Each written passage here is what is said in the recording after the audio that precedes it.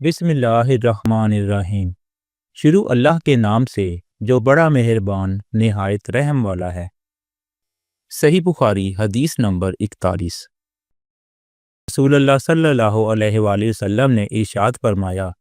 کہ جب ایک بندہ مسلمان ہو جائے اور اس کا اسلام عمدہ یقین و خلوص کے ساتھ ہو تو اللہ تعالیٰ اس کے گناہ کو جو اس نے اسلام لانے سے پہلے کیا معاف فرما دیتا ہے، اور اب اس کے بعد کے لیے بدلہ شروع ہو جاتا ہے، یعنی ایک نیکی کے عوض 10 گناہ سے لے کر 700 گناہ تک ثواب، اور ایک برائی کا اسی برائی کے مطابق بدلہ دیا جاتا ہے، مگر یہ کہ اللہ تعالیٰ اس برائی سے بھی درگزر کرے اور اسے بھی معاف فرما دے، یہ بھی اس کے لیے آسان ہے۔ صحیح بخاری حدیث نمبر 42۔ رسول اللہ صلی اللہ علیہ وآلہ وسلم نے ارشاد فرمایا کہ تم میں سے کوئی شخص جب اپنے اسلام کو عمدہ بنا لے، یعنی نفاق اور ریا سے پاک کر لے،